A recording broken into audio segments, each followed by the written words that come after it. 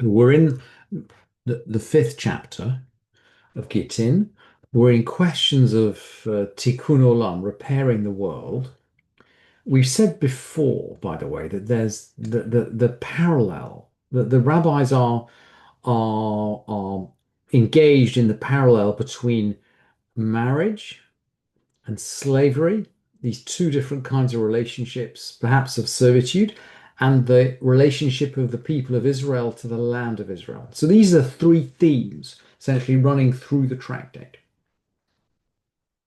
And the tractate is focused on breakage and it's focused on repair. So maybe it's not a coincidence that the stories about the destruction of Jerusalem by the Romans and the destruction of Betar, for that matter, 50 years later, maybe it's not a coincidence that these stories are taught in the tractate of Gittin, in the tractate of divorce. If you like, as we're thinking about a divorce between a man and a woman, we're thinking about the divorce between the people of Israel and the land of Israel.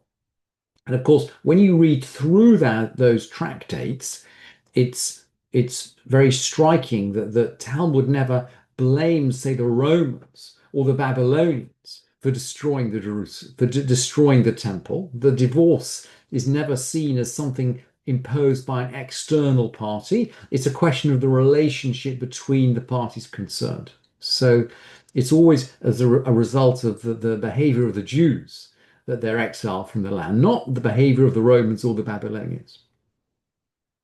And the stories about the destruction of Jerusalem are taught in this chapter, and they're related to the Mishnah, which we're about to learn. We're in the sixth Mishnah of Gittin. Lo haya sik rikon biuda b'harugei hamilchama. There was no sikarikon in Judah for while people were being killed in war. It's a very odd word, sikarikon. It seems to be something to do with a bandit. And I couldn't help noticing that the word does come up in the Gemara. So Yochanan ben Zakkai is one of the leaders of one of the leaders of the rabbis in Jerusalem during the siege of Jerusalem by Vespasian. And he has a nephew who is one of the zealots, one of the people who want to make war with the Romans. The rabbis, of course, want to negotiate with the Romans. The zealots want to make war. And I can't help noticing, and I brought you the Gemara actually on the source sheet. Abba Sikra. Abba Sikra. Reish Birionei Yerushalayim. Abba Sikra was the leader of the bandits, the Birionei of Jerusalem. Bar Teid Rabban Yochanan ben Zakkai Hava, and he was also the nephew of Rabban Yochanan ben Zakkai.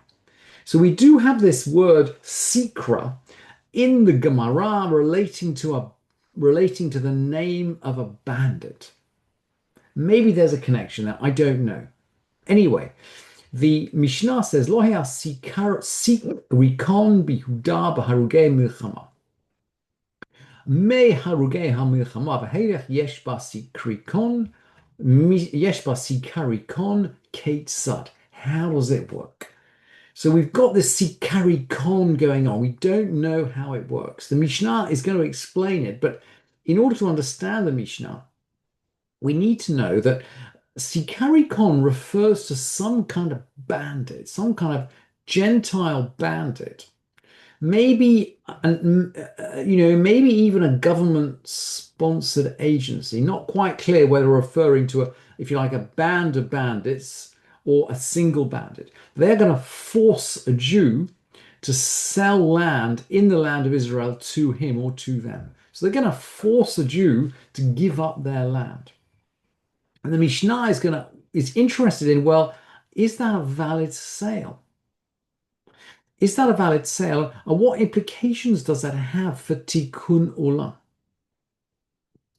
And the law of sikarikon essentially is the law that if you buy back land from this bandit or from this Roman, you have to in some way compensate the original owner to a certain extent, but not too much, because we want to encourage Jews to buy back land that's been dispossessed. We want to compensate the original owners, but if we do this too much, if we provide full compensation to the original owners, of course, no one will ever be able to afford to buy back land. And the first route that the Mishnah takes is pragmatic. During the time the war is going on, actually no compensation is paid. We recognize that as a valid sale. And if somebody can afford to buy the land back, good luck to them. They buy the land back. They buy the land back from the Roman.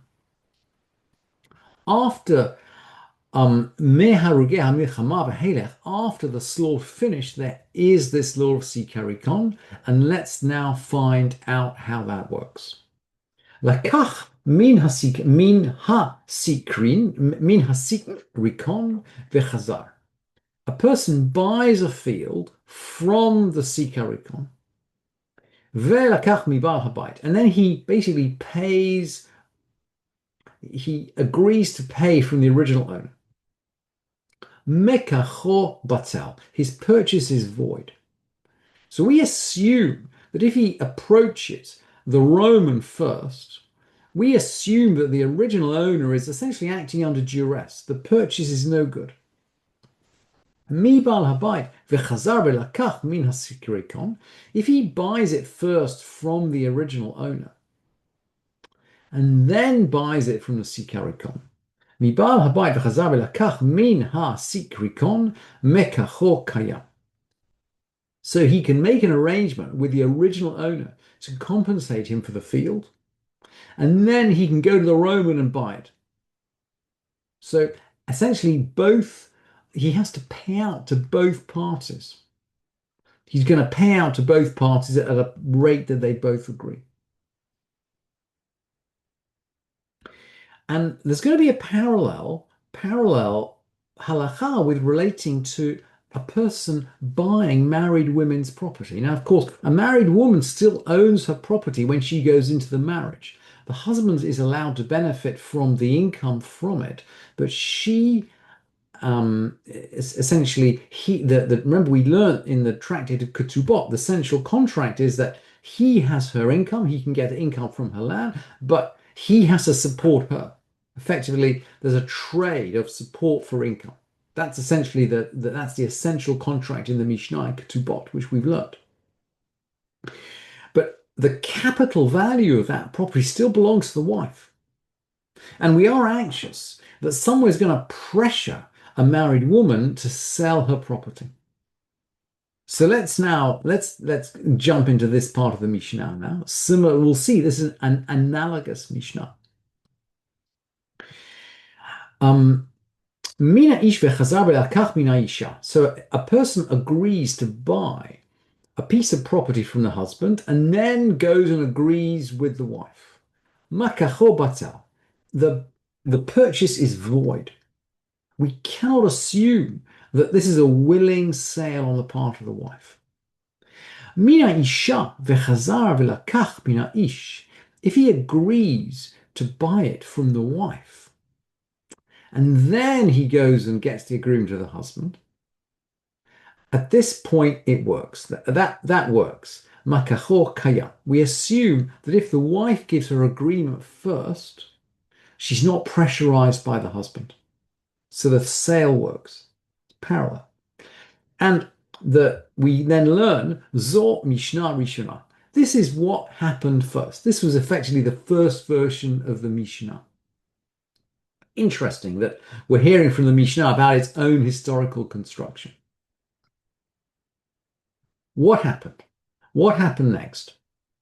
What happened next? Uvei din shel acharehen amru. The court that came after them said, Halkeach min hasikrikon noten labalim revia.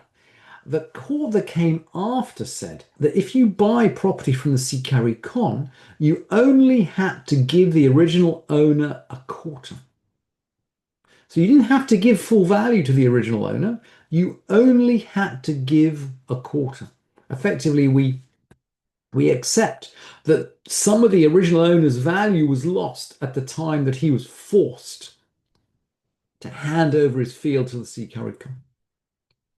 And the Mishnah asks, well, okay, how does it work? When does that work? Eimatai. When does it work? Bisman she'ein biyadam likach. This is when they can't buy it themselves, i.e., when the original owner can't buy it back.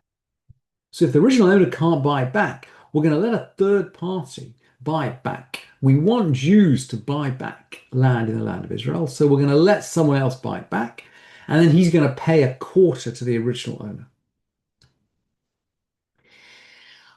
Ava, but im yesh biyadan likach, but if they are able to buy it back, if the original owner has got the financial capacity to buy it back, im yesh biyadan likach, hein kodmin l'chol adam.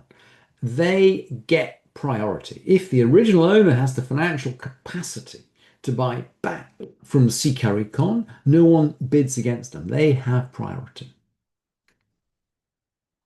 Rebbe, Hoshiv Bedin.